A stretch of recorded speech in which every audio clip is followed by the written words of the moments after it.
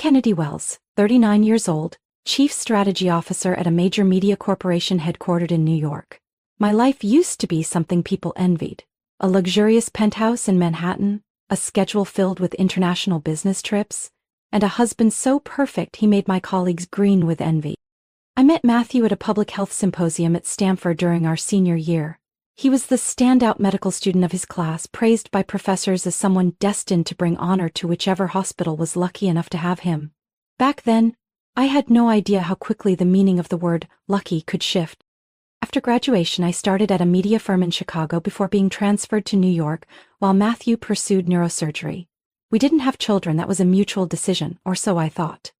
He said he needed to focus fully on his specialty, and I was consumed by global campaigns. Between boardroom presentations and his 8-hour surgeries, we tried to maintain the illusion of happiness.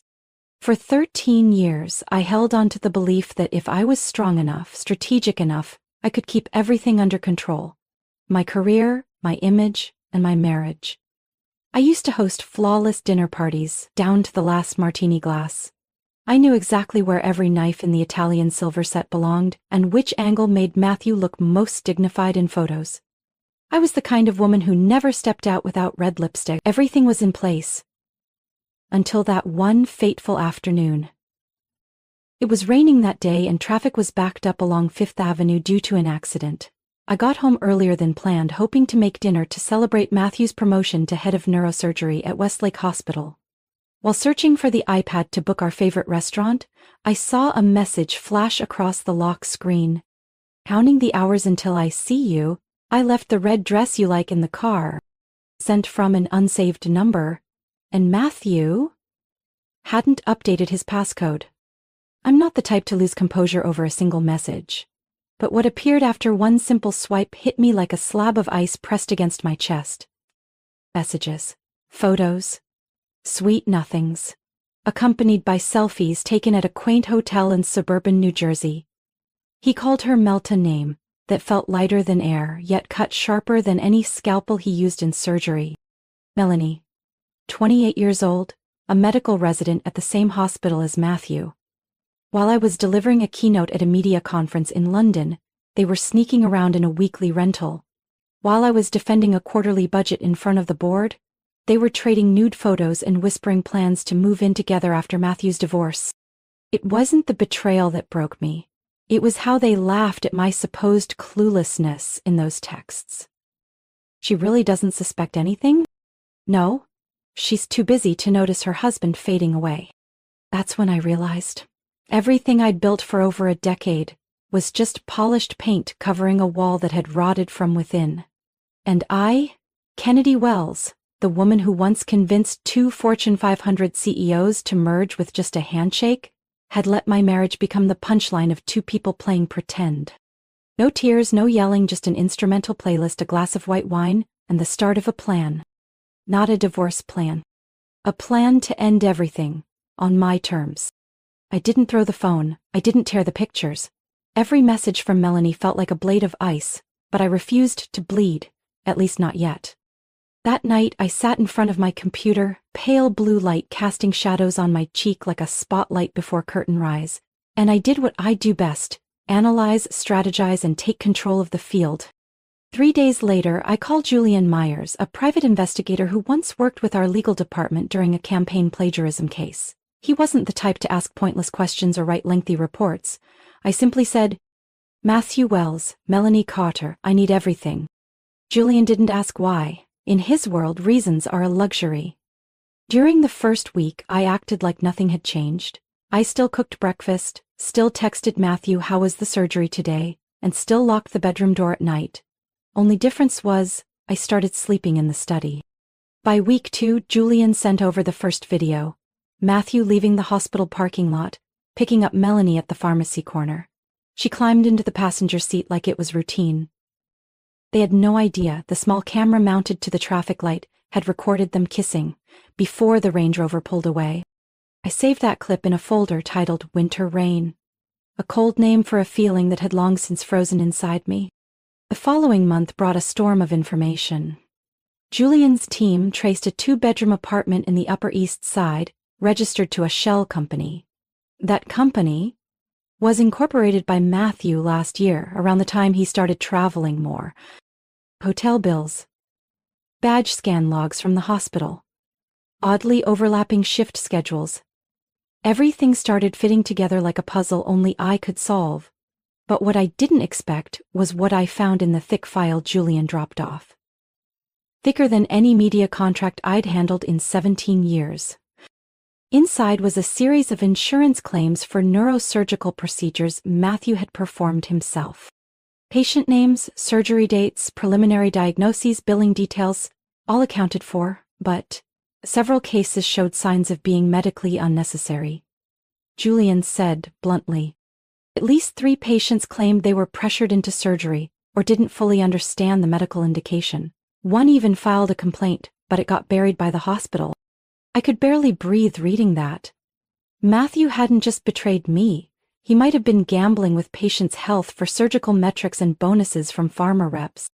And Melanie? Julian showed me internal hospital system logs. Melanie had used Matthew's login to access patient records, something residents are not permitted to do unless they're directly involved in care. She'd even printed confidential documents from the hospital's server, some directly tied to those questionable surgeries. I folded the file shut, my hand resting next to a white porcelain mug that read, "Wells Stronger Together, a 10th anniversary gift." A cruel irony. But I didn't cry. I just stared at the faded slogan, then typed the first line into a new document on my laptop. Dismantle everything they secretly built, without leaving a single scratch on my own reputation. The plan began taking shape clearly. I wasn't going to stage a jealous outburst. I wasn't going to destroy their careers with a single explosive move. I would peel back each layer of deception, every unethical act, every shady dollar, and assemble it all into one airtight file. No accusations needed. The truth was destructive enough. What I needed was time, and time they were handing to me freely, with every stolen meeting, every secret touch, every lie Matthew told, never realizing I was documenting everything. I chose a Friday evening, the day Matthew always claimed to be on night shift. I knew he had no scheduled surgeries, and I knew Melanie would be free. They had planned to have dinner at the secret apartment, but this time I changed the venue. "Melanie, I know everything, and I'd like to invite you to dinner, at my home, with Matthew." I sent the message short and direct. 10 minutes later, the typing dots appeared on the screen, then vanished. No reply. But I knew she would come. Women like Melanie don't miss the chance to confront, especially when they think they're winning. I began preparing early that morning. Not the food, but the atmosphere. Everything had to be staged perfectly, like a final act in a play. Warm golden lighting, a soft jasmine scent in the air. Every photo frame straightened, especially the wedding portrait centered on the bookshelf, the one Matthew once asked me to put away for neatness. I wore a classic sapphire silk dress, cinched at the waist, modest and elegant. A gift he gave me 5 years ago with the words, "You look like a symphony in that." But tonight, I wasn't the musician, I was the composer. And this would be the final movement. In the small clutch bag beside my chair was a USB drive containing all the evidence. Videos, photos, financial records, hospital access logs, and everything Julian had quietly collected over the past 2 months. I had also prepared a slide presentation linked to the hidden projection system behind the large mirror in the dining room, a feature Matthew never paid attention to when we renovated the house. The doorbell rang at 6:57 p.m. I glanced at my phone screen, showing the front door camera feed. Melanie Carter, 28 years old, blonde hair loose, a deep burgundy dress hugging her frame. Heavier makeup than usual, but she couldn't hide the nervous flicker in her eyes. I opened the door with a smile. "Melanie, right on time." She froze for half a second upon seeing me, or perhaps upon seeing the wedding photo behind me. Then she stepped in like someone accepting an invitation to a negotiation. She was wrong. This was the final performance. Matthew arrived 15 minutes later, a leather bag slung loosely over his shoulder. His eyes went first to Melanie, then to me. In that moment I saw the spark of fear begin, and he realized he was no longer in control. "You planned a dinner?" he asked, trying to steady his voice. I served the wine and motioned for them to sit at a table arranged with clinical precision. Medium rare steaks, fresh salad and warm bread, not a single detail out of line, everything was suffocatingly perfect. To Matthew, I said, raising my glass, for his dedication to medicine, and for his new choices. Melanie forced a sip. Matthew gripped his wineglass as if he might crush it with his bare hands. I watched every reaction, the diverted gazes, the trembling hands, the shallow breaths. Every beat was expected, calculated. Dinner passed in awkward civility. They tried to stay polite, avoid touching, neither mentioning the real reason we were all sitting there. Until I set my knife down, dabbed my mouth with a white napkin, and said calmly, "I have a special dessert, but first, I'd like to share some interesting visuals." Beneath the napkin, the remote waited. A single press, and the mirror flickered into a screen. The first image appeared. Matthew and Melanie kissing in his car, 12 months ago, in front of the Magnolia Inn. Melanie dropped her glass. Matthew sprang up. "What the hell?" "Sit down, Matthew," I interrupted, my tone still as calm as a quarterly briefing. I clicked again. The secret apartment lease.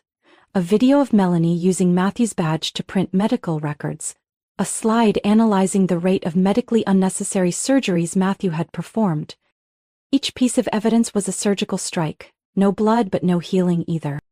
Finally, I opened the last file, resolutions. Inside were copies of the divorce filing, the property division terms based on sustained infidelity, and the packets already sent to the State Medical Investigation Board. I wasn't threatening them, I was stating facts. Melanie went pale. Matthew lowered his head. And I, after months of silence, poured myself a fresh glass of wine and sipped it like I was uncorking a new chapter of my life. The smart mirror cast a cold light across their stunned faces. They sat frozen, eyes locked on the screen like hypnotized subjects. But I knew. They were calculating, plotting exits, rehearsing denials. What they didn't know was that I had blocked every possible door weeks ago. I rose slowly, wineglass in hand, eyes locked on Matthew. "You know I hate mess," I said, my voice as light as an autumn breeze. "So I organized everything, my way." The next slide appeared. A chart of Matthew's surgeries over the past 2 years, with the anomalies highlighted. Surgeries scheduled too close together, identical diagnoses with completely different clinical outcomes. Melanie let out a shaky breath, her eyes darting. "I sent this chart to an independent medical consultant," I said, walking slowly toward the table. She confirmed at least 7 surgeries were unnecessary, and in 4 of them the patients suffered long-term complications. I pressed the button, medical records appeared on screen. These were real people, with names, faces, families. Not numbers. Not props for Matthew to inflate his professional stats. "And here's my favorite part," I said, clicking to the next slide. Photos of Matthew accepting envelopes from a pharmaceutical rep in the lobby of the Fairmont Hotel on 3 separate nights. "They called it clinical research support," I said with a cold smile. "I call it bribery." Matthew said nothing, his fingers clenched around the chair, knuckles bone white. Melanie, in contrast, began to panic for real. She lunged toward the table. "You're making this up, you don't have any legal proof." I raised an eyebrow. "Oh, I do, and more than that." From my purse, I pulled out 2 envelopes, one thick, one thinner, but no less important. I placed the thicker one in front of Matthew. "Divorce papers," I said. "Signed, notarized, and filed this morning. I'm keeping this apartment, the Aspen vacation house, both vehicles, and 60% of the assets I proved were earned through my own labor. And this one?" I placed the smaller envelope in front of Melanie. "Your temporary resignation from Westlake Hospital, along with the HR acceptance letter. If you don't sign tonight, I'll forward the full report of your unauthorized patient record access to the National Ethics Board." She shot up from her seat. "You can't force me, I didn't do anything wrong." I looked her in the eye. "You used Matthew's login to access records for 3 patients outside your assigned care. I have system logs, I have screenshots, I even have video from the internal security camera you didn't know was tracking internal access." Melanie trembled. She turned to Matthew. "You told me I was safe." Matthew no longer looked like the top-peer neurosurgeon. His head dropped, no defense left to give. I stood without another word and tapped a button on my phone. Within seconds, both their phones began buzzing non-stop, messages, alerts, emails from anonymous sources. Files had been sent to the state medical board, insurance companies, and a group of independent medical journalists. I checked my watch. In about 12 minutes, I said, Dr. Kristen Layton will receive the full dossier on Matthew from me. And she's not someone who delays escalation. Matthew stepped forward, his eyes wild. Kennedy, can we talk? Just us. 13 years can't end like this. I tilted my head. It's not ending like this, Matthew. I walked over to the wine bar, poured another glass, and set it beside my laptop. It's ending exactly the way you planned it. The only difference is, this time, I'm the one who planned it. Melanie looked like she might collapse. She slumped into a chair, hand covering her mouth, eyes wide with disbelief. I returned to my chair, sipped quietly, and set the glass beside the open laptop. On the screen behind me, the final slide of the presentation remained, a list of every violation from Matthew's surgeries, and an image of Melanie sneaking printed files from the hospital terminal. I reopened my phone. One touch activated the full system I had pre-programmed. Within 3 seconds, both Matthew's and Melanie's phones buzzed violently. Messages, emails, banking alerts, a flood of notifications lit up their screens. The glow highlighted Matthew's pale face. Primary account frozen due to a federal investigation. Credit card deactivated by issuing bank. Request for full transaction history over the past 24 months. Melanie lunged for her phone, swiping frantically through the alerts, but the more she read, the paler she became. No! This can't be happening, she stammered. I didn't sign anything. How do you even have the right? I looked up, my expression calm. You used your hospital email to send intimate photos, Melanie. What system wouldn't flag that? I tapped the keyboard again. The next slide appeared, a copy of Melanie's internal hospital email, complete with attachments. Sent to Matthew with the subject line, a little motivation for your afternoon surgery. Matthew turned to her, eyes bulging. You used your hospital email? Are you out of your mind? Melanie gasped. She clearly had no idea that action had left a digital trail she couldn't erase. I've sent the full copies to the hospital's IT security department. By Monday morning, they'll open a formal review. But something tells me you won't still be on staff by then. Matthew tried to pull himself together. He stood, taking a few steps forward, his voice suddenly softened and desperate. Kennedy, please, let me explain. We used to be a team, a partnership. This can be fixed. I was wrong, I admit it, but I cut him off, my voice firm and quiet. You didn't just wrong me. You deceived patients, manipulated records, took illegal money, and risked human lives to boost your performance stats. This isn't about us anymore. This is a crime. His jaw clenched, but I wasn't done yet. I picked up the remote and pressed the final button. A video from a hidden camera in Matthew's hospital office appeared on the screen. The footage clearly showed him accepting a thick envelope from a man in a suit, wearing a name badge from Harmony RX. A thank you gift for last month's prescription package, the man said in the video. Matthew didn't react. He just smiled, nodded, and slid the envelope into his drawer. The dining room went silent. Matthew retreated toward the window, leaning against the wall like a man completely unmoored. Melanie had stopped shouting. She sat frozen, as if staying still might make the truth disappear. I sat across from them. I didn't send all of this at once. I split the files, set up auto deliveries to different agencies in case someone tried to delete the evidence. Everything is encrypted in the cloud. Every step I've taken has been backed up and legally secured. I pulled out a folder and laid out the documents, one by one. List of patients suspected of undergoing unnecessary surgeries. Proof of payment from Harmony RX. Violations of medical ethics. Altered patient files accessed and edited by Melanie. I looked at them both. You have two options. 1, cooperate, sign the papers I've prepared, resign and disappear quietly. 2, we go to court together, face the medical board, the press, and if needed, federal investigators. Matthew collapsed into his chair, hands trembling. How long have you been preparing all this? He asked, his voice almost a confession. I smiled. Since the moment I saw that first message. And no, I haven't lost sleep the way you imagined. The doorbell rang at 8:17 p.m., echoing through the dining room that had just witnessed the total collapse of two people I once called husband and young colleague. I'd been waiting for that bell for nearly 3 months. I stood, glanced at them both, still fumbling with their phones. Too late to delete or hide anything. I opened the door. 2 men in plain clothes stood before me, but one glance at the polished badges on their belts told me they weren't here for small talk. Detective Lawrence and Agent Mitchell, New York State Medical and Insurance Fraud Division, the taller one said crisply. We're here for the coffee and the evidence. I stepped aside to let them in. Both carried thick briefcases, tablets, and the kind of quiet authority that didn't need a badge to prove it. I gestured toward the dining table. They're waiting for you. Matthew jumped to his feet. This is a private home. You don't have a warrant.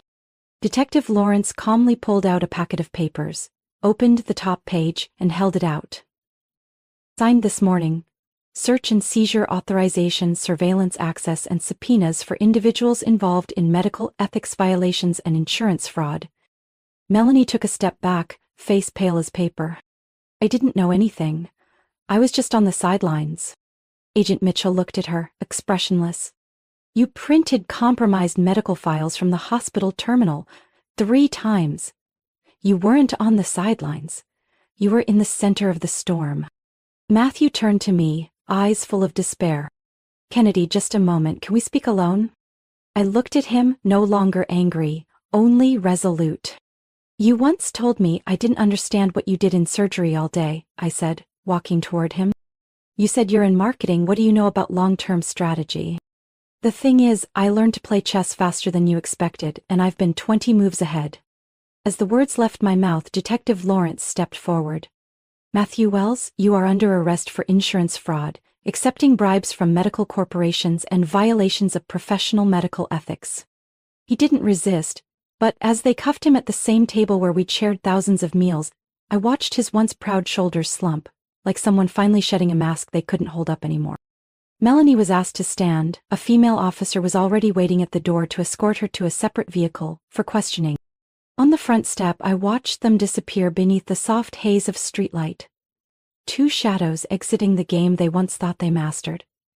The very people who once believed they were manipulating a secret game now bowed their heads, leaving the chessboard I had built, piece by piece, without them noticing. Back inside, the wine glass I hadn't finished still sat on the table. I returned to my seat, tapped my finger against the rim, and listened to the sound reverberate through a dining room that was finally still.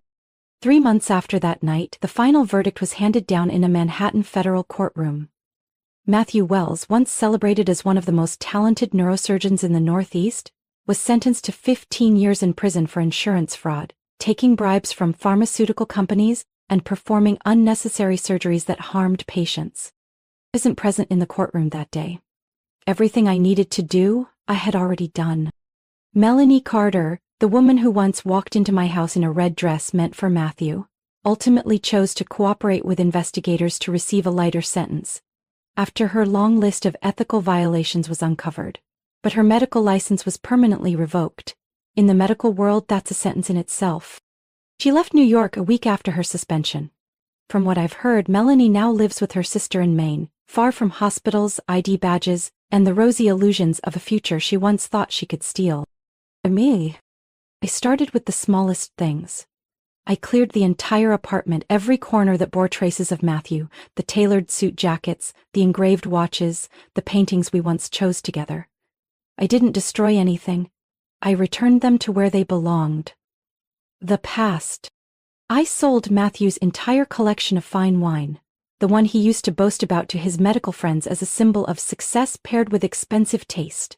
I donated all the proceeds to a nonprofit medical fund that supports patients harmed by unethical healthcare practices. No name needed, but the press found out.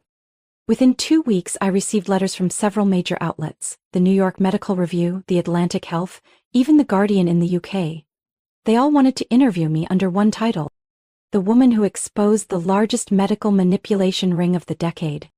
I didn't deny my role, but I didn't claim the spotlight as some hero either. I said only one thing: I didn't start this to seek revenge. I started it so no one else would be treated like a pawn on the chessboard of people who think they're untouchable. I returned to work at the media corporation, but in a new role, strategic and ethical communications advisor. The offer came directly from the CEO after she read the Washington Post article about me. Kennedy, after everything, I believe no one understands the real value of trust better than you, she wrote in her email. I didn't just accept, I began rewriting the entire internal evaluation system. I still live in the same apartment, the one that once held peaceful mornings and nearly shattered nights. But now, I've changed the curtains, planted a row of lavender along the balcony, and hung a new oil painting in the living room. A single winding road through rocky hills and pine trees. No destination, no signs. A painting that doesn't need explaining. One Sunday morning I brewed coffee, opened the window and stood there for a long time.